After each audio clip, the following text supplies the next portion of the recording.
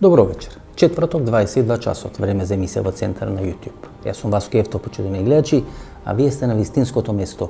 Зошто? Бидејќи во наредните 50 на минути и вие и јас имаме право да ја знаеме вистината. Тема за вечерва. Кој ќе победи на парламентарните избори кои треба да се случат на 15 јули? Има 3 анкети. На сите 3 анкети, зборам за релевантни анкети, води коалицијата на СДСМ или води коалицијата предводена од СДСМ. Резултатите се движат некаде помеѓу 1,6 до 1,8% предност на СДСМ до 4% предност на СДСМ. Меѓутоа тоа не е значи ништо, почитувани гледачи, бидејќи тоа влегува во редот на оние статистички грешки. Има уште 10 до 15 дена до крајот на изборите, се што може да се случи, меѓутоа сегашните резултати на пол позицијата што се вели во Формула 1 покажа дека коалицијата на СДСМ има блага предност или благовост во однос на коалицијата на ВМРО-ДПМН.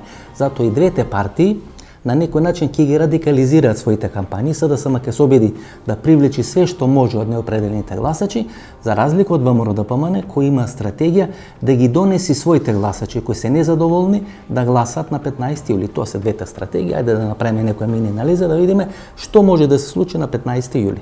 Тоа што пред 2 недели го кажав, анализирајќи на темата Албанец премиер, се остварува. Всушност дуи со таа стратегија, со таа идеја Албанец да биде премиер, иако тоа во моментот е неостварливо, сака да постигне 3 цели. Прво, да се врати во игра. Второ, да го намали залетот или да го намали рейтингот на СДСМ кај албанските гласачи. И трето, со наметнувајќи теми национализам, малку да го подкрени ВМРО-ДПМН. Всушност дуи знае дека му е многу малку комотно или му е воопшто некомотно во таа коалиција со СДСМ. СДСМ и дуи не е природна коалиција, тоа го кажам по 10 и 15 пат. Дуи ВМРО-ДПМН е природна коалиција, меѓутоа во моментот дуи не може јавно да каже дека сака да коалицира со ВМРО-ДПМН, бидејќи тоа ќе значи обнова на режимот кај албанските гласачи. Затоа дуи ја наметнува таа теза Албанец премиер го избере Насер Зебери и затоа Насер Зебери ја радикализира својата лексика, го радикализира својот вокабулар. Тоа не е својствено за Насер Зебери, сакајќи да постигне 3 работи: да ја крени дуи, да го ограничи СДСМ и да го врати во игра ВМРО-ДПМН. Гледате, до пред 2 години Бугарија и Албанија бе само на чекор на поделба на Македонија на 2 дела. Од таа и од оваа страна на Групчаната, таа и од оваа страна на Вардар. Србија немаше нигдека, Грција немаше нигдека. Одеднаш гледате во 2 години како се менува све. Бугарите по 50 пати ја промашија својата политика. И не само што ја промашија, мислам дека она несрекна декларација која пред 2 месеци ја усвои во Бугарскиот парламент, всушност значеше нивно признавање на капитулацијата. И забрзување на нивната капитулација. И од тука, она што дуи го чувствуваше како своја поддршка, а тоа е Албанија од едната страна и Бугарија од другата страна, за жал во моментот веќе не е во игра. Од друга страна, дуи се подпира на Косово. Кадрите на дуи произлегува од тамошното УЧК, кои ја формираа овдешната ОВК и кои потоа се трансформираа во политичка партија. Со последната понуда за малиот Шенген, во кој им се дава на Србија и на Албанија да формираат некаква заедница во која ќе учествува и малата Македонија, а при тоа исклучено Косово, никаде не се споменува дека Косово ќе се наоѓа во малиот Шенген. Ни Црна Гора. Тоа е уште едниот... Ни Црна Гора. Сега да ја тргнеме Црна Гора на страна. Тоа е уште едниот голем страв кај дуи, дека ќе извисат и ќе бидат оставени во процепот меѓу Србија и Албанија. И токму затоа се случи ова што се случи во МНТ. Токму затоа ќе се случат дури и други многу понесакани работи, не дај Боже, но дуи нема друго решение, нема друг излез, освен или да продуцира меѓуетнички немири, или да се претопи внатре во СДСМ. Од друга страна пак, ние мораме да бидеме свесни дека во овој момент дуи е терет или камен врзан околу вратот на СДСМ. Од друга страна, гледате како во последно време омекнува реториката на Села и на Таравари, на таа коалиција предводена од Алијансата на албанците и Алтернатива. Тие веќе не говорат против СДСМ, тие веќе не говорат против Заев, туку говорат како да се смени власта во албанскиот дел. На тој начин како да испраќаат сигнали дека би биле подготвени, можеби, ако СДСМ има мандат, да коалицираат со СДСМ. Всушност, тоа е новината на овие избори. Алијансата на албанците, значи Таравари и Села, всушност ја омекнуваат својата реторика. Можеби тоа е една од клучните причини зошто Зоран Заев, иако беше договорена коалицијата со Мендух Тачи, не го вклучи Мендух Тачи во својата коалиција со Беса, сакајки да остави маневарски простор по изборите да коалицира со Села, Таравари и она алтернатива на Афрем Гаши. Зошто одбра Насер Зибери да биде албански кандидат за премиер? Насер Зибери е еден од онаа четворка водечки личности на ПДП. Таа четворка во 2000-2001 година ги прави првите контакти во Косово со Али Ахмети. Всушност, таа врска помеѓу Али Ахмети и Насер Зибери датира некаде од 2001 година, кога со посредство на луѓе на ОПСЕ се воспоставени првите контакти во Призрен со Али Ахмети. Значи, оттамо датира таа врска помеѓу Али Ахмети и Насер Зибери. Од друга страна, Насер Зибери е многу близок со СДСМ и со Бранко Црненковски, а од друга страна ги има водено тие преговори со Доста Димовска за правење на она широка влада 2001 година со ВМРО ДПМН. Всушност играч кој може да разигра повеќе варијанти, тоа е употребната вредност на Насер Зибери. Всушност Насер Зибери секогаш важел за човек од огромна, да не речам најголема доверба на Бранко Црненковски, беше министер за труд и социјална политика во владата на Бранко Црненковски, еден од коавторите на оној Бранков закон за вработување 97-98 година. И всушност преку Насер Зибери, веројатно Бранко Црненковски до последен момент ќе калкулира на која страна да даде својата подршка, на страна на Зоран Зараев или на страна на Христијан Мицкоски. Ако во наредните неколку дена Бранко Црненковски излез и даде подршка на Зоран Заев, тоа значи дека СДСМ води на анкетите. Ако Бранко Црненковски до крајот на изборите остане да молчи, тоа значи дека ќе работи или дека предност е на страната на ВМРО ДПМН.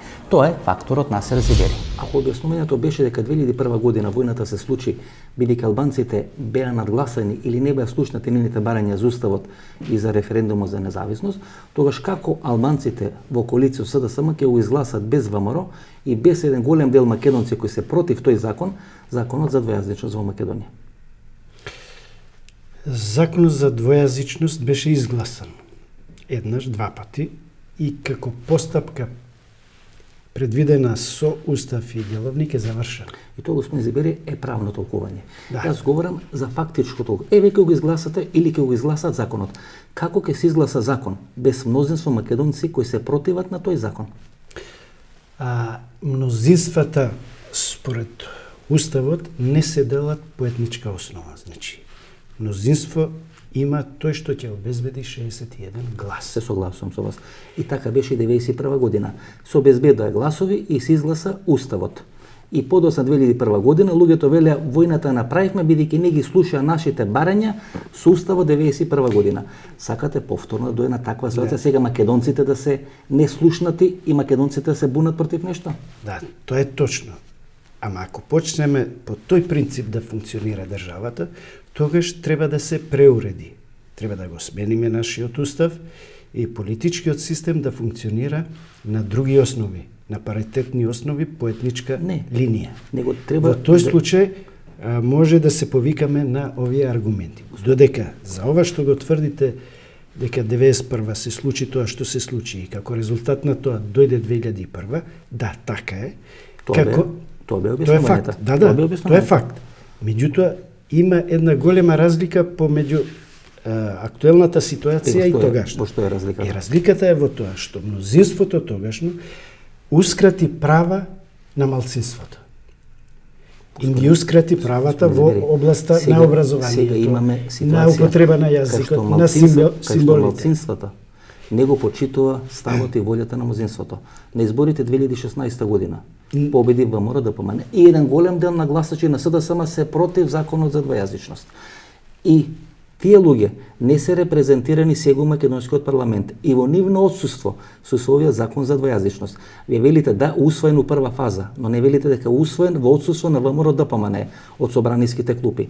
Тоа нема ли да биде основа? Ако ја прифатиме логиката која кажат албанците дека 2001 година стана бидејќи не се почитува вашите барања, ставови и били ускратени права 91 година, нели ова ќе биде основа македонците по 1, 2, 3 или 4 години да се фрустрирани и да барат редефинирање на својата држава, бидејќи нема да може да толерират малцинството да владее во Македонија. И да Не владее становите. малцинството.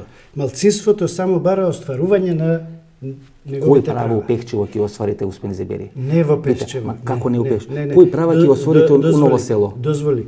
Значи, ако македонците се фруструират зашто некој ги остварува нивните права, проблемот е во македонците. Во исто време, кога се случуваат македонските избори, имаме еден многу интересен, многу шарен регионален контекст. Се влегува или се обидува да се влези во решавање на косовското прашање. Некаде пред 5 дена требаше да има средба во Белата куќа на која ќе присуствува председателот на Косово и председателот на Република Србија Вучич Тачи. Беше откажана таа средба поради покренување на обвинување против Хашим Тачи и против Весели за одредени злосторства направени во текот на 99 од 2001 година. Всушност Трамп проба да го реши косовското прашање, проба да влезе во процес на разграничување, на размена на територии помеѓу србите и албанците и беше минирано од длабоката држава. Колку е длабока или колку е силната длабока држава, можевме да видиме од интервјуто со Љупчо Палевски. Се Макнем вели дека освен Светозар Јаневски, поранешно директор на Скопска пивара. Да, сакам да ви дам шлагворд, нели, на Скопска пивара, подосна и на Тиквеш, Никола Груевски, вториот човек со кој он има работено, кој покажува такви технократски или менеджерски капацитети и квалитети. Точно.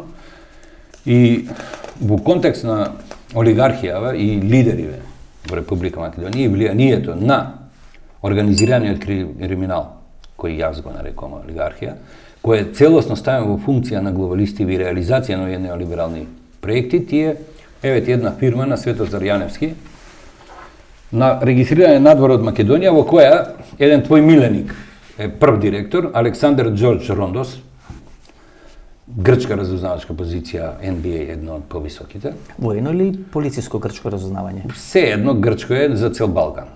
Значи, Потоа го имате актуелниот премиер на Република Македонија, на Република Албанија моментов, Еди Рама. Тоа се све партнери во една иста фирма на Светозар Јаневски. како се ика фирмата Палевски? Sea Change 2004 Limited. Значи, формирана е на 2002 година. Да. Колку што може Понатаму на има многу на 1 јануари 2002, Да. така видов. Понатаму број 1 бугарски интелектуалец, оној што е задолжен за целиот овој бугарски проект во Република Македонија, господинот Иван Краснев. Крастев се извинува. Он е директор од 1 октомври 2002 година. Потоа имате еден куп странци, вакви и накви, и дури и Весна Пусич, министерката за нововршни работи на Република Хрватска. Тие се сите Во една иста фирма. оснивачи. Така е. Овие луѓе и оваа фирма, во која Светозар Јаневски е првиот директор, Зашто фирма е таа? консалтинг.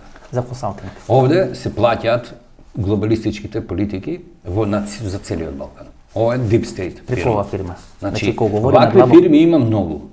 ова е едно од нив. Ова е едно од нив, како Сорос, сите кракаме Сорос. Меѓутоа, никој не зел сериозно да истражува на кој начин, која е технологијата на Џорџ Сорос. Како се финансираат, како ЦИА ги плаќа министрите, премиерите, Еди Рама. Во ноември ќе се случат и претседателските избори во Америка. Џо Бајден на некои анкети води пред Доналд Трамп. Всушност албанците како сега да сакат да купат време. Гледате што пишува Џо Бајден за Хашим Тачи. Тоа е Џорџ Вашингтон на Косово. Значи, внимавајте, тоа што е Џорџ Вашингтон за американците, според Џо Бајден, тоа е Хашим Тачи за косоварите. Еве тоа што го пишува господинот Џо Бајден. Во такви услови сосема разбирливо косоварите да се обидат да купат време.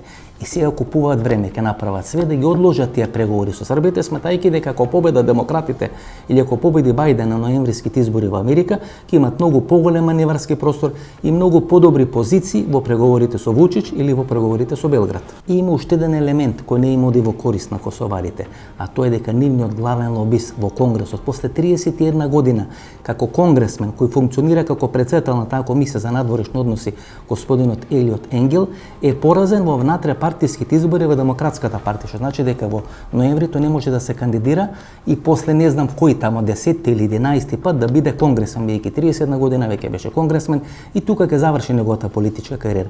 Губејќи го својот главен лобист во Вашингтон, косоварите ќе имат многу послаба позиција во тие преговори преговори со Србијата и со Белград, затоа и купуваат време и се обидуваат да ја вратат водата на своја воденица. И внимавајте, почитувани гледачи, после откажувањата на средбата помеѓу Хашим Тачи и Александар Вучич по Белата куќа на 27 јуни, ниту косовскиот премиер не оди во Вашингтон, ниту во исто време косовскиот премиер не откажа својата посета на Брисел.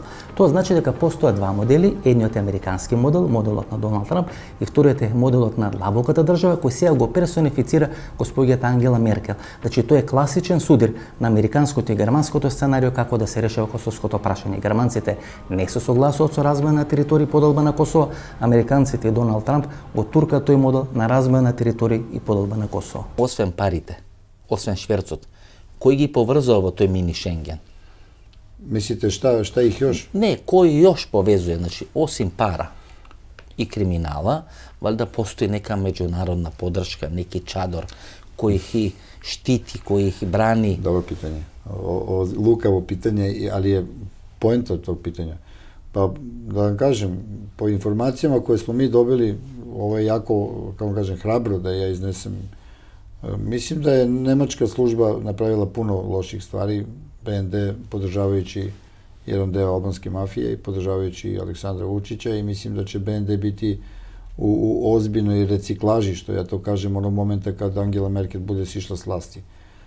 Tu će se vidjeti. Interesi su bili različiti. Znate, interesi su i Rusije bili veliki u smislu ne toliko negativnom kao što su ovi drugi bili, ali najviše oko toga su bili upletenje bio Erdogan, koji je plasirao svoju robu i svoju drogu koja je išla iz te afganistanske rute stare, i to su, kako da vam kažem, ljudi iskusni u tome.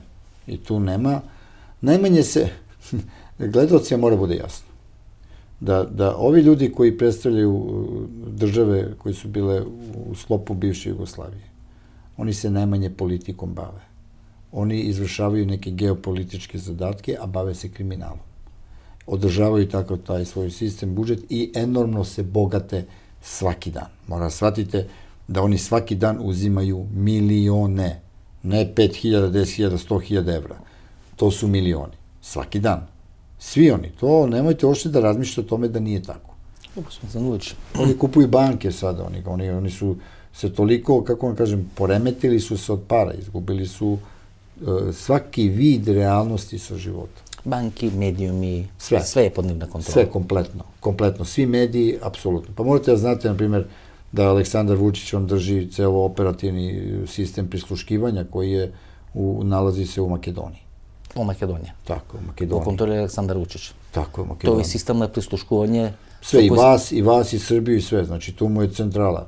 Jedna od centrala. Ова аферата големото ОО или оно што се случи со прислушкувањето во Република? Sve imate, pa sam dao i naziv Five Letters Duel firma koja jedina u Makedoniji je zvanično ima licencu za prodaju kanabisovog ulja, tako? Da. Je li jedina? Pa сега се појават и некои други, меѓутоа... A ko je glavni vlasnik i ko su vlasnici ti? Pa neko od власта. Pa kako se zove, sam lepo rekao? Five Letters Duel. Je tako? Da. Zoran Zaev, Vučić, Tači, Edi Rama, Đukanović. Zlatna petorka.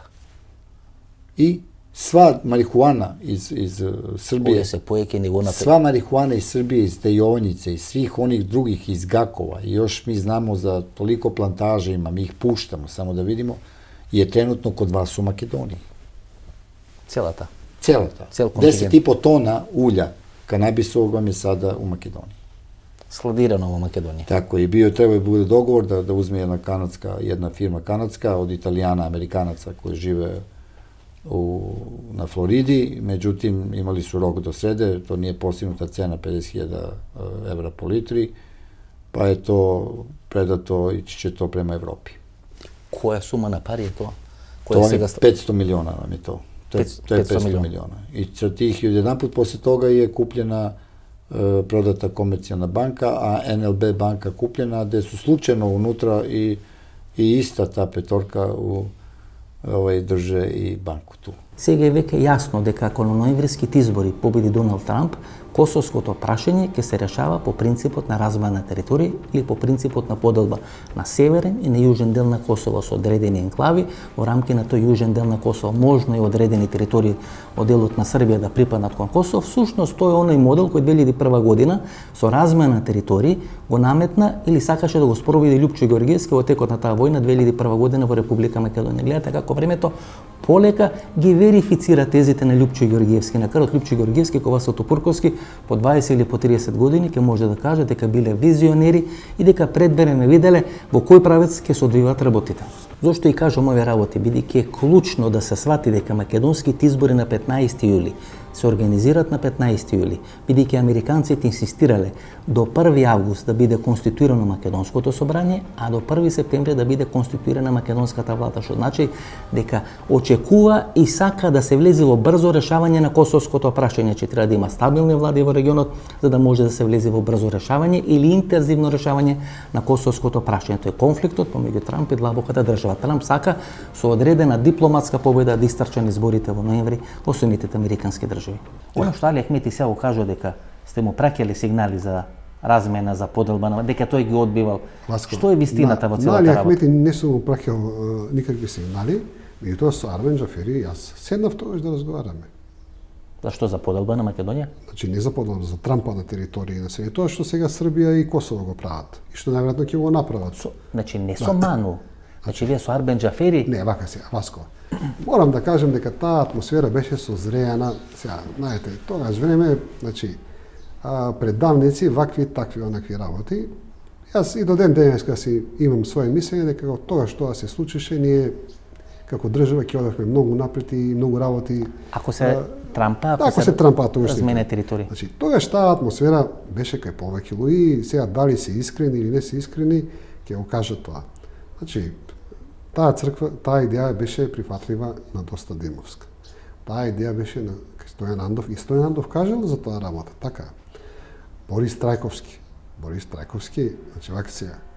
Јас и Борис Трајковски лично го имаме запознаено Кристофер Хил за таа идеја. И Кристофер рече не. Значи американците викаат не. Не.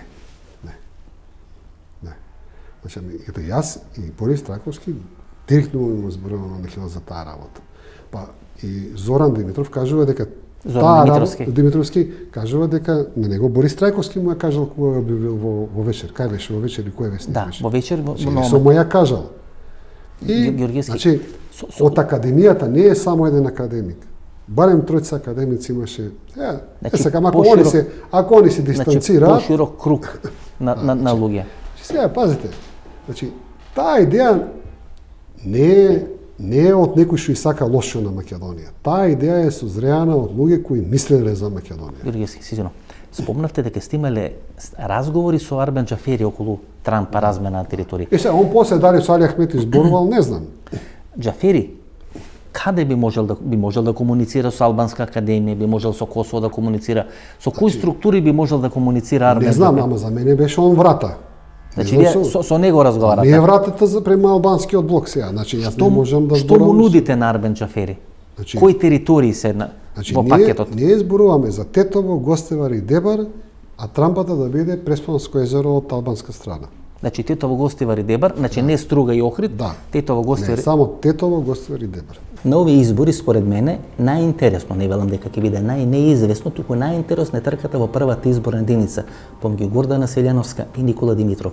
Човекот кој е потписник на Преспанскиот договор и жената која беше персонификација на спротивставување или нарушање на тој Преспански договор. Значи, најинтересно ќе биде единицата каде што всушност победата на Гордана Селјановска би значила не само победа над Никола Димитров, туку победа врз меѓународната заедница. Ако Никола Димитров е персонификација на меѓународната заедница и тој процес на влез на Македонија во НАТО со промена на името и Преспанскиот договор, Гордана Селјановска е персонификација на се што е спротивно од Никола Димитров. Затоа таа трка во првата изборна единица според мене ќе биде најинтересна.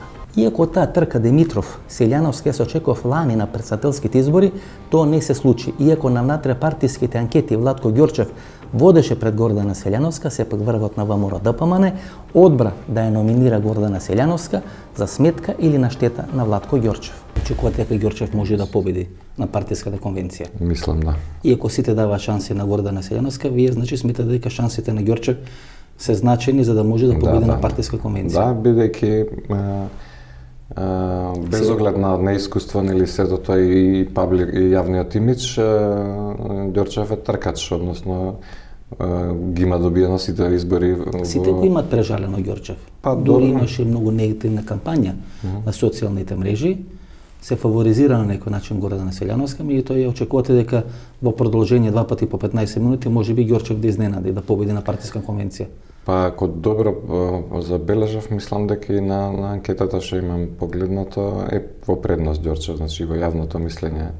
Сега пак е прашање во партиските кругови. По предност во однос на на Гордана Селјановска. И тоа е интересно, почитувани гледачи. Гледате, помеѓу Борис Трајковски и Ѓорги Иванов, ВМРО ДПМН одбра да има наследник на моделот на Ѓорги Иванов и одбара Гордана Селјановска, а не го одбара Владко Ѓорчев.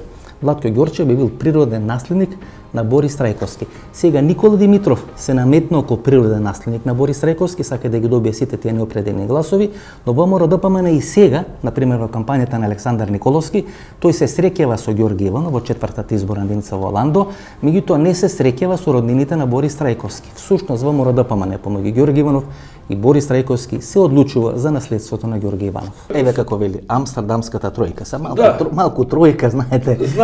Не звучи убаво, са вас не ви личи тројка, нели, како конзервативни структури, како припадници на конзервативна партија, тројки, двојки, така натаму. Апсолутно. Еве насловот е индикативен. Амстердамската тројка заедно со форумот на Кекеновски ќе го спасува ВМРО ДПМН од Груевски. Ја не знам дали го спасувате ВМРО ДПМН од Груевски, но со овој од Амстердамската тројка тој го продаде името на државата. Имате грижа на совест што бевте дел на таа групација Амстердамска тројка. Не, апсолутно не можам за да имам рушење на Груевски. Не, вака се да не ги именувате тезите. Кекеновски ниту бил Амстердамска тројка, ниту ќе биде Амстердамска. Заедно со Амстердамска тројка. Значи вака, таа Амстердамска тројка е повеќе isforsirana од одредени медиуми кои во тој период, јас навистина не знаев, биле блиски до еден од членовите на таа Амстердамска тројка. Ама го сте снимени тука, гледате. Да, тоа беше едно. Еве го Самуил Малчевски. Да, тоа беше едно видео. Еве во Страдина, еве Никола Димитров. Вино позади, фина една позадина направена позади. И јас реков Па и лична позадина. Па ваква екипа ни Доналд Трамп нема ваква екипа околу. Знаете што, очигледно ја реков мајка ќе расплачете, вие не само Груевски има. И председател на Обединените нации ќе ставите си, реков ја. Бојан. Знаете што беше основната суштина? Јас навистина не ги познавам доволно. Значи, од таму имам позитивно мислење за Лазаревич, со кој што му помогнавме да формира едно свое здружение откако се распадна таа тројка, меѓутоа навистина не ги знаевме задкулисните игри на Никола Димитров, кој што во тој период се представуваше наводно гонен во Моровец, а во позадина цело време комуницирал со Социјалдемократскиот сојуз. Не предпоставивте? Па не сакав апсолутно да размислам во таа насока дека некој ќе влезе да одработува за Социјалдемократскиот сојуз. Впрочем, тоа и се покажа, тој се покажа на нивните митинзи, каде што говореше, каде што неговиот татко Димитар Димитров дури стигна до функцијата потпредседател на ВМРО ДПМН. Не криеше дека е на пробугарски позиции. Значи, повеќе од јасно. Да ве подсетам дека и мајка му беше на видни функции. На видни пратеничка беше 20 едните беа во Америка амбасадор, другиот беше во Русија и така. Дури Никола Димитров по враќање од Америка, кај што Бранко Цренковски му го продолжи мандатот кој му имаше заедно Борис Трајковски, беше номиниран да биде амбасадор и во Русија по одби во поставен момент. Така. Станува збор за човек. Беше долги години, нели, заменик министер или советник на председателот за надворешни работи, заменик министер за надворешни работи. Очигледно луѓето се водат од одредени лукативни причини. Како искусен човек, вие не можевте да не предпоставите дека тој човек комуницира и со СДСМ. Доаѓа од Холандија, значи Амстердамска тројка, значи некој го праќа од Холандија во Македонија. Велика Британија прави тоа што прави заедно со Италија со бомбите.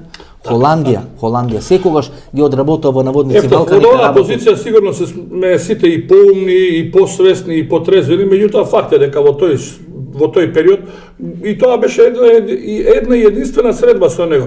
Повеќе од кога видовме дека тој комуницира постојано со Заев, и со неговите структури повеќе од јасно дека ние немаше потреба со него што повеќе да бараме. И така и се случи. Ние продолживме самостојно да функционираме, го направивме форумот на слободумни, понатаму Фроден го направивме и функционираме во таа постава. Инаку имаше и други обиди каде што се обидува и дел од така наречените реформаторши да се приклучат на Фроден, меѓутоа очигледно и тоа беше со краток див. Имавме искуство едно друго негативно претходно, па пред време ги прочитавме сите така наречени реформатори кои што се обидуваат. Гледате, лидерот на реформаторите, Александар Михајловски, сега е главен адвокат на Јордан Орце Камчев.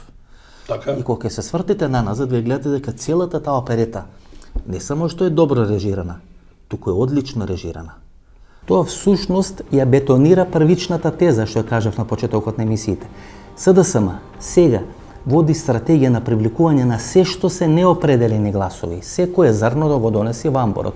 Од друга страна, ВМРО-ДПМНЕ очигледно има проблем со своите радикални гласачи кои не сакаат да излезат да гласат. И со целата своја стратегија ВМРО-ДПМНЕ сега инсистира своите радикални гласачи да ги донесе да гласа за нив на 15 јули. И затоа ние во првата изборна единица имаме една абсурдна ситуација. На дебатата на Канал 5 Гордана Селјановска вели јас не сум член на ВМРО-ДПМНЕ, од друга страна да иста таа дебата Никола Димитров вели јас ја прифаќам идеологијата на ВМРО-ДПМНЕ или на историското ВМРО. И всушност тоа е перверзијата на овие избори во првата изборна единица. СДСМовец предводник на ВМРО-ДПМНЕ, а ВМРО-вец предводник на СДСМ.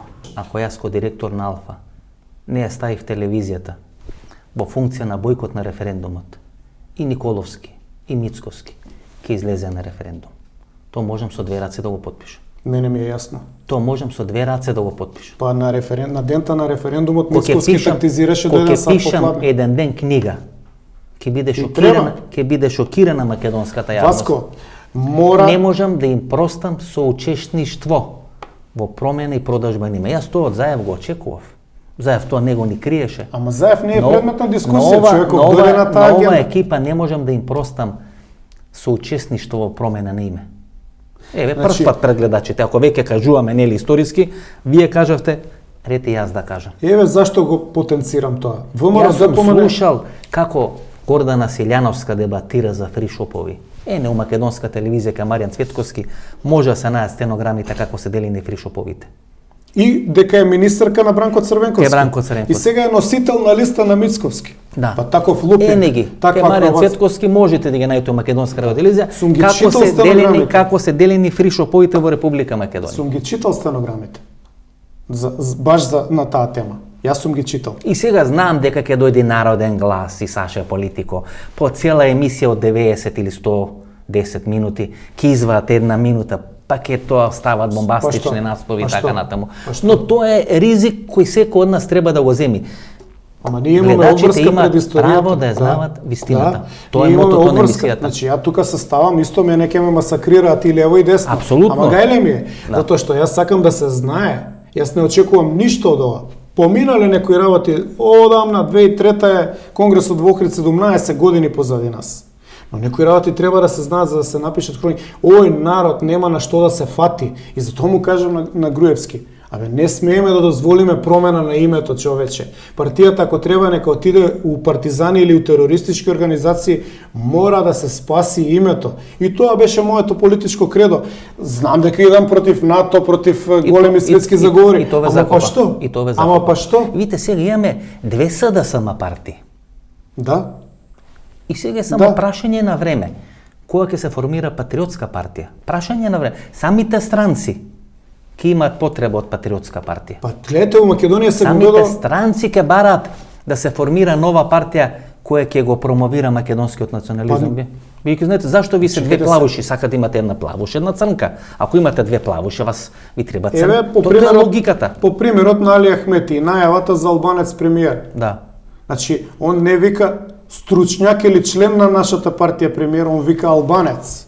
Така. Значи, ако има некој стручњак, што ја знам? Што е тешко, нели? Кај УДУИ нема стручњаци, тоа се све терористи од УЧК пресоблечени во одела. Команданти. Значи, какви команданти? Тоа се терористи. Апсолутно. Значи да разјасниме, не се Терористи, тоа команданти. терористи. Тоа е кој јас за себе да кажам дека сум фелдмаршал. И луѓе кои Не се сум бавеле со фелдмаршал. разни незаконски активности и така Значи, натаму. Сите ја се не со, сум- со досие без малку Значи, колку 10 тома што значи, сме прочитале. Кога на вели факултет. албанец премиер, он најавува воведување на апартхејд. Примерот на Јужна Африка, каде што имате доминација на малцинство врз мнозинство. Мене тоа ме плаши, И Заев вели- познавајќи го Заев и И Мицкоски. Заев вели не може, а Мицкоски молчи. Па нормално дека молчи. И тоа е шокантно. Утре ќе се пазарат. Нема да биде премиер од кај Али, ама ќе им дадат клучни министерства, одбрани, полиција, финансии и така натаму. Испазарени се Петровски. Без подршка на Јасно ми Дуи е. и на Али Ахмети. Нема да биде премиер нити едниот, нити другиот. Без Ама подршка мене на би Дуи јасно. и Али Ахмети Никола Груевски немаше се замени од Република Македонија. Точно. И на тоа сум своевременик и сведок. Дента кога му ја скинаа главата на 20-тиот ден од мандатот во јануари 2017, кога он нас не свика на Централен комитет, каде што ја не бев член, бев само наблюдувач. Викнат се. Никој, значи вака, и уште оваа работа да ја разјасниме. Од 2003 од Охрид до денеска никогаш не сум имал партиска позиција Никош. во општински месен комитет или централен комитет. Никогаш. Сум бил поставуван на позиции тргни го таму да не ни смета, но таму каде што се гласа партиска политика, Груевски мене никогаш ме нема пуштено. Е сега како директор на архив и уште некои други директори, они нас не викаа на централен. И бев сведок на тој централен кога на него во 10 сат на вечер, 10:30, Али му откажа љубов, а во штабот се збореше дека е договорена владата и расподелени министерствата. Му се јави од амбасада на Али и ова му е скина главата. Сега се обидува да му е скине главата на Заев, но ја мислам дека ќе му е скине главата на Мицковски. Никола Груев. Индикациите покажуваат обратно, само не ги читаат добро. И ако направите споредба, почитани гледачи, на председателската кампања на Гордана Селјановска и сегашната кампања на ВМРО-ДПМН на Гордана Селјановска, тие драматично се разликуваат. ВМРО-ДПМН повторно го облака националистичкото дело или националното дело и сака да ги извлече своите тврди гласачи да гласат на овие избори. Всушност, зошто една партија би влегувала во конфликт со меѓународната заедница ако има една чиста или добитна позиција? Тоа значи дека анкетите веројатно не покажуваат тоа што Христан Мицкоски сака да го види на тие анкети и затоа го облака тоа националистичко дело. Се обидуваат да привлечат колку е можно повеќе од тие така наречени патриотски гласови за да може да го подобрат изборниот резултат не само во првата изборна единица, туку во сите 6 изборни единици. На тој начин Гордана Селјановска од човек или жена која требаше да ги привлече сите тие неопределени гласачи, се промовира во фронтмен на една националистичка кампања која треба да ги привлече само оние патриотски гласови. И затоа изборната трка во првата изборна единица ВМРО-ДПМН ја води како референдум против рамковниот и против Преспанскиот договор. Од друга страна Никола Димитров се горде и со рамковниот и со Преспанскиот договор, бидејќи преку кабинетот на Борис Трајковски учествува во договарање на рамковниот договор, а е потписник на Преспанскиот договор.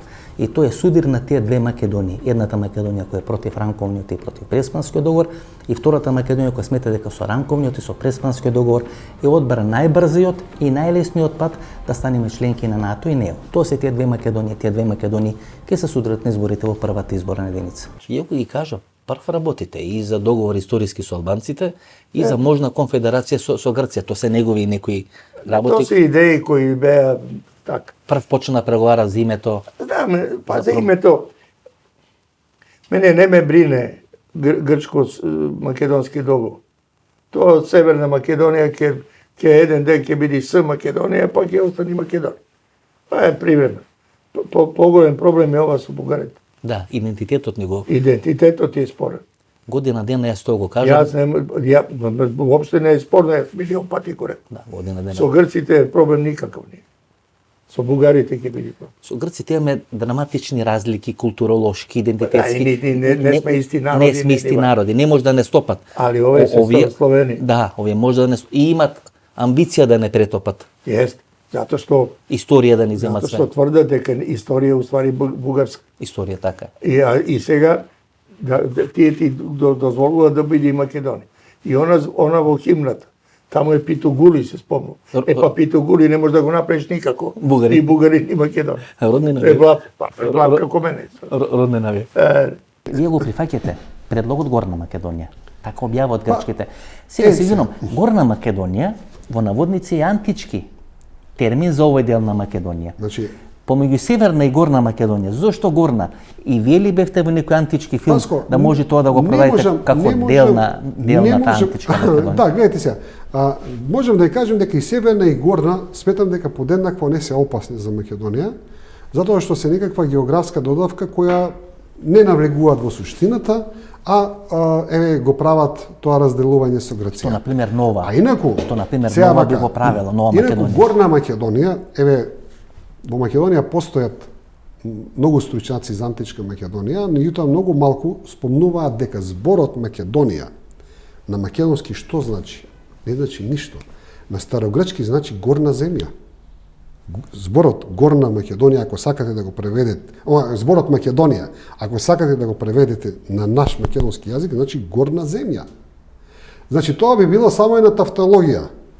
Горна земја.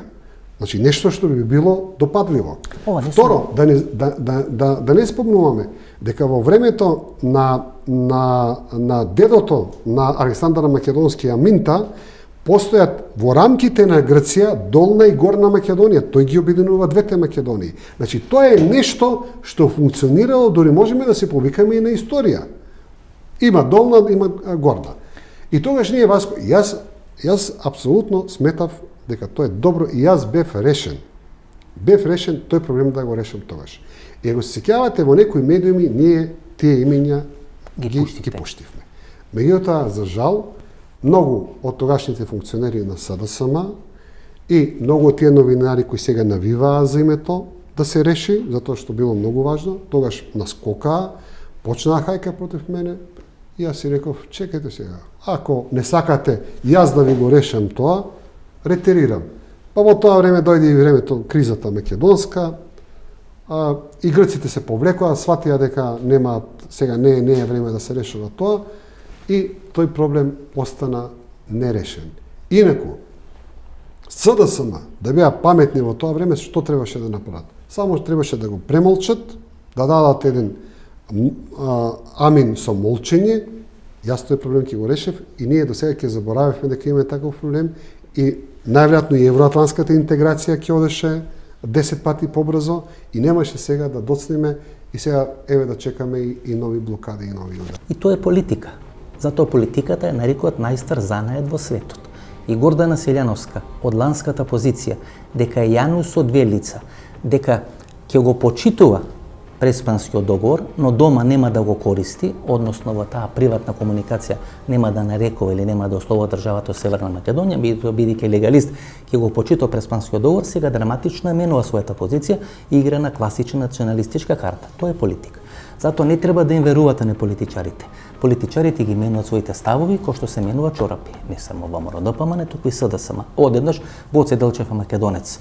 Македонскиот јазик постои за Зоран Заев, а до пред ден или пред 2 месеци Зоран Заев сметаше дека историјата треба да окаже својот последен збор за Боце Делчев. Во оваа кампања ќе се изнаслушате се и се што. Вие ќе треба да размислите и да одлучите дали ќе гласате, за кого ќе гласате или ќе останете дома на 15 јули. Сега ќе не убедува дека е безбедносно прашање, но не меѓународно безбедносно прашање, туку внатрешно безбедносно прашање. Тоа не е релевантно, само битно како од меѓународен аспект. Да, сега тоа ќе не убедува. Ако ние пратиме нока, тогаш безбедносно ќе се дестабилизира Македонија и ќе се распадне, нели? Така тоа се распаѓа у светот. Ние немаме полиција, немаме војска, немаме институции, немаме ништо. Било кој ќе дојде, ако не го сакаме договорот, они ќе ни направат војна, нели? Ќе ни поделат Македонија, тоа се тезите кои ни се кажуваат сега. Па сега овој веќе изгледа ДПМН доби можеби некоја порака од Грција, дека они исто така би сакале да се прави ревизија на договорот. Грција. И сега според некои информации, ако би овој дошол на власт, всушност на него би му било понудено нешто, а всушност се работи за тоа да сите македонски елементи во таа преспанска треба да се доуништат. Тоа е најлоша варијанта ова што го зборите. Да. Ако Мицотакис, да. Му понуди на Мицкоски, односно Мицкоски прво треба да стане премиер. Така е, да. Нели? Па тоа е сегашниот план, да. Да. Ако Мицкоски стане премиер, А Мицотакис му понуди нешто на Мицкоски, некое мало отстапување за Мицкоски да може тоа да го продаде ко подобрување на договорот штетен кој го има направено заев. Тогаш двете политички партии во Република Македонија ќе имаат ставено свој параф Парав, да, и ќе зацементира се. Договор, на преспански, да. Бетон ќе биде. Бетон ќе биде, пак тоа може да се среди доколку има политичка волја. Мислам, сега името таму е македонски јазик, многу му сметало на тој Мицотакис и исто така уште на некој место се потекнува во договорот македонски. Сега целта на анекс 1 на договорот е да се што е македонски елиминира од договорот и со тоа да се направи нова варијанта на договор во која нема да биде дозволено ниту на македонците на улица да зборуваат дека се македонци и така натаму. Значи комплетна една како со денационализација се направи. Сега, мислим, Мицкоски можеби мисли дека ако влезе во новите преговори, дека ќе кари нешто ново и дека нешто ќе промени на подобро. Сега јас би му порачал расипана кола не се вози или се поправа, него се носи на отпад. Оти сега ти ако сакаш да ја подобриш и повторно влезеш во новите преговори со Грција за анексот, ќе поминеш уште полошо од ова што го имаш сега. И сега доаѓаме до два клучни фактори. Факторот Сашо Мјалков и факторот Јордан Орце Камчев. Со кого се поблиски? Со Зоран Заев или со Христијан Мицкоски? На кого повеќе му помагат? Со кого се јавно, со кого се тајно? А можеби во исто време работат и за двајцата. Можеби во исто време работат на модел Христијан Мицкоски достане на чело на ВМРО-ДПМН, а Зоран Заев сепак достане на чело на македонската влада. Има многу варијанти, има многу алтернативи. Меѓутоа ајде да ги анализираме моделите на Јордан Камчев и на Сашо Мјалков. Вие сте сменет од функцијата помошник или заменик генерален секретар на ВМРО-ДПМН во безмалку идентичен период кога источен партијата Сашо Мјалков. Истиот, не, прв бев јас после референдумот на редниот ден. Дали имате комуникација со Сашо Мјалков? Дали сте човек на Сашо Мјалков? Дали Сашо Мјалков ве финансира и како реформатори и сега како македонски концепт? Да. Дали Сашо Мјалков ве финансира? Јас со Сашо Мјалков се имам поздравено во животот еднаш пред жолтата зграда во ВМРО-ДПМН, пред да дојдеме на власт 2006 година и пред 2 години мислам во бифето на Мериот. Јас на Сашо Мјалков не му правев никакво уважение и ниту го почитував во време кога беше семоќен во земјава и кога се тресеа сите во партијата, ја на Сашо Мјалков не му зборував. И не го уважував воопшто. Сашо Мјалков во овој момент, Сашо Мјалков во овој момент е собственик на Христијан Мицкоски. Сашо Мјалков. Апсолутно да. Сите говорат дека Сашо Мјалков е во блиска комуникација со Зоран Заев. И не, дека Сашо Мјалков ќе му помогне на Зоран Заев да победи на изборите. Нели беше имаш одредени снимки Зоран Заев на средба или на доруче Сашо Мјалков во Мириот пред 3 или 4 дена. Вие велите дека Сашо Мјалков е собственик на Христијан Мицкоски. На што го темелите? Тоа што е сосема различно. Значи, една од причините да настане раздор уште не започната соработката пред референдумот беше тоа што јас во првиот влез во палатата забележав дека таму собственици на се што се случува таму во таа зграда беа Груевски, Сашо Мјалков и Мартин Протогер. Иако е смена. И до ден денеска тоа е така. Иако е смена направена. Тоа е фиктивна смена. Иако е Мицкоски до ден. Не, тоа е фиктивно бркање, да не се лажеме. Добро, што се тие приказни за палатата? Тоа е фиктивно бркање, тоа е смешно. Да не се лажеме дека човекот што го промовираше Христијан Мицкоски за лидер на партијата и го создаде Христијан Мицкоски партијата, тој е господин Мјалков, дека ја избркал на партијата. Треба да знаете дека господин Мицкоски беше промовиран и направен, прогласен за лидер на ВМРО-ДПМН од господинот Мјалков. Значи вие сметате дека нема конфликт во релациите Мицкоски, Мјалков и Јордан Орце Камчев? Никаков. Соработка блиска. Значи се уште трае таа соработка.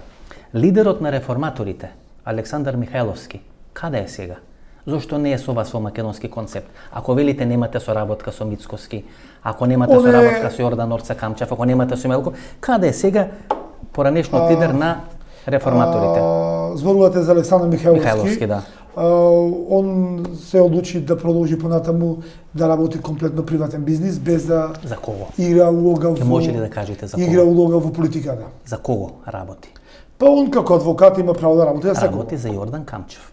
Не ми е познато за точно за работи, меѓутоа он е адвокат на, не знам, на кој сака Орце Камчев. Ви велите немате комуникација со Мјалков и со Јордан Камчев. Имате, еве го човеков, работи за нив. Значи тука мора да правите разлика. Сите сме поединци, индивидуалци. Моја соработка помеѓу Орце Камчев, Јордан Камчев и Сашо Мјалков има 0%. Таа афера големо туго, нели, кој сега ја отвараме и анализираме. Каква според вас е улогата на Сашо Мјалков? Според некои информации, 99-2000 година американските служби или службите на пријателските држави бараат негова смена во Министерството за одбрана и вие го менувате од таа позиција. Гледайте, Сашо Мјалков, кога беше кризата со Косово, значи не македонската, туку српската криза. Бомбардирањето на Сара Југославија. Факт е дека Љубе Бошковски, како сега тоаш не знам што имаше функција, дали беше јавен, дали беше... Мислам дека на државна безбедност. Државна нешто што беше. Пане Велев беше на јавна безбедност, тој Бошковски на државна. Фаќаат неколку камиони со оружје кое оди за Србија. Што во тоа време кога ние сме сојузници на НАТО, сојузници на НАТО, сакаме да бидеме со НАТО, е навистина голем преседан. И испаѓа дека за тоа стои Сашо, сега не знам Клюсев колку бил информиран за таа работа, меѓутоа можно и он да бил информиран за таа работа. И тој 99-та година. Тоа е значи у времето, сега не знам месеци, ама тоа е времето, значи го бомбардираат овој Милошевиќ, целата таа состава. И од овде неколку камиони оружје одат за Србија. Сега, дали претходно имало, колку имало, тоа не знам, меѓутоа на лице место се фатени тие 2-3 камиони. Тогаш е Клюсев министер за одбрана. Тогаш е министер Клюсев, а ова е за разузнавање војно разузнавање. И ние тоа го државме релативно ова под ниско ниво, меѓутоа дали било само тоа или има и нешто друго. Значи после тоа доста Димовска барем 2 пати ми кажува дека Кристофер Хил инсистира Сашо Мјалков да се смени. Амбасадорот. Јас тоа воздржано го примам, викам, нека ми каже и на мене, ако е проблем. И навистина Хил дојде и ми рече дека тие сметаат дека на највисоко безбедносно ниво со работката со нашата влада ќе зависи од тоа дали Сашо Мјалков ќе остане понатаму на таа функција. Сега, тоа беше позицијата на американците тогаш, после не им пречеше да им биде шеф на ДБК. Шеф после 10 години со Никола Груевски. Десна рака на Никола Груевски. Во таа фаза таква им беше позицијата. И јас го менам неговиот шеф на таа позиција. Кога ќе удрите на Јордан Орце Камчев, тогаш имате две можности. Да го скршите или да ве скрши. Ако удрите на Камчев, а не го апсите, тогаш му овозможувате со целата своја медиумска империја да трни против вас. Зоран Заев не го апсаше Јордан Орце Камчев. Одбра еден модел кој помалку беше губитнички модел, меѓутоа можеби на крајот тој модел да биде добитнички, бидејќи сега условно речено со помош на Јордан Орце Камчев полека го крши Христијан Мицкоски и всушност го лепи Христијан Мицкоски како еден од мозоците или како еден од луѓето кои со помош на аферата Рекет сакаше да ја руши правната држава во Република Македонија, односно специјалното јавно обвинителство. И гледате како Јордан Орце Камчев полека се наметнува како еден од клучните играчи кој ќе одлучува кој ќе победи нови избори преку оние снимки на неговиот блиски соработник или близок соработник Зоран Милевски Кичевскиот или Кичевец, всушност спуштањето на тие бомби, кај што тој разговара со Христијан Мицкоски, го демонтира малку по малку Христијан Мицкоски. Аферата Рекет одеднаш од голем тигар се претвори во на мало маче кое преде. Зошто е важна таа афера Рекет или зошто е важна таа борба против криминалот и корупцијата, бидејќи во првата изборна единица, посебно во градските средини во Република Македонија е многу клучно кој повеќе се бори против криминалот, корупцијата и мафијата. И всушност Заев и Мицкоски сака да покажат дека тие се главни борци против мафијата. Со помош на Јордан Орце Камчев и таа афера Рекет и овие снимени телефонски разговори, Зоран Заев сака да ја наметни приказната или да го наметни вокабуларот дека Христијан Мицкоски всушност е инсталиран од мафијата, како што Ларис Гајзер беше новинар на мафијата, дека Христијан Мицкоски е инсталиран од мафијата на чело на ВМРО ДПМН, да го сруши правниот систем во Република Македонија, да го сруши системот империја и да ја спаси мафијата. Вториот дел на работата, која јас ве прашувам вас и кој ви упорно го избегнувате одговорот, дали сте вие новинар на мафијата, која е гонета од тоа специјално јавно обвинителство и која всушност со целата оваа афера сака да го сруши тоа јавно обвинителство за да не може да бидат гонети. Така да тие приказни македонскиот народ е незадоволен, е костерниран, па ви дал приказни, ви дала снимки така натаму не. Дали сте вие, конкретно ве прашувам, новинар на мафијата, кој одработува за мафијата и со помош на мафијата сака да струши одредена институција која е цела меѓународна заедница и имаше прифатено. И тоа во момент кога таа мафија се бори да не биде продолжен мандатот на тоа специјално јавно обвинителство. Ке може ли да ми одговорите без политички флоскули дали сте новинар на мафијата? I think that the political floskula are you making, not me. Да. Of course we are not a political mafia. Come on, we are a approved independent newspaper working for the different good of the public opinion. Тамо на таа маса бе изброени 1,5 милион евра. Кој нормален човек во кеш, се извинувам, може да изброи 1,5 милион евра? Никој. I know a lot of people. Доли во вашите класифицирани по серијски броеви. Значи некој дава пари, снима и ви ја праќа снимката. Велите не сум новинар на мафијата. Не ви верувам. Вие сте новинар на сериозна организација која требаше да струши систем во Република Македонија, бидејќи мафијата се плашите како биде санкционирано тој систем. Дали Зоран Заев треба да замине од политичка сцена? Да. Зошто? За промена на името, но не на ваков начин. И вие направивте едно салто мортале. Никој веќе не говори за името Република Македонија. Сите говорат за оваа афера. И тоа е најголемата штета од се ова што ни се случува. Името го продававме. I can guarantee you that I know at least 100 people that can cash 1.5 million euro on table immediately. Од вас, почитувани гледачи, ќе зависи на кого ќе му верувате. Ќе му верувате на она снимка за Зоран Заев, 1 евро за вицето, 1 евро за црквата, ќе верувате на бомбите на Кичевец, ќе верувате на тие телефонски дебати или на тие телевизиски дебати помеѓу Заев и помеѓу Мицковски, ќе верувате на Мијалков, ќе верувате на Камчев, ќе верувате на сите кои говорат едно или друго, тоа зависи од вас. Слушайте сите што ви зборат и сами донесете одлуката. Јас веќе 2 пати или 3 пати кажав, во последните 4 или 5 години јас гласам со неважачко ливче. Така ќе биде на 15 јули. Ниту едниот, ниту другиот, ниту било која политичка партија во Република Македонија во моментот не ја заслужува мојата доверба. Сума сумарум, овие избори во Република Македонија ниту се клучни, ниту се историски, ниту нешто битно ќе сменат. Големите избори ќе бидат во ноември во Соединетите Американски држави. Ако во ноември во Соединетите Американски држави Трамп ја победи длабоката држава, тогаш ние ќе живееме во еден сосема поинако свет.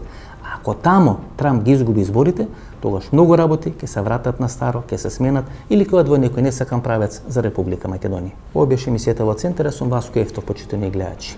Вечерва имавме политичка анализа на тема кој може да победи на изборите на 15 јули. Ги кажав моите анализи, ги кажав моите предвидувања меѓу редови, кажав што јас очекувам и што јас ќе правам на 15 јули. Другото е ваша работа. Се гледаме во недела во 22 часот, до недела во 22 часот. Пријатно вечер Македонијо, каде и да си.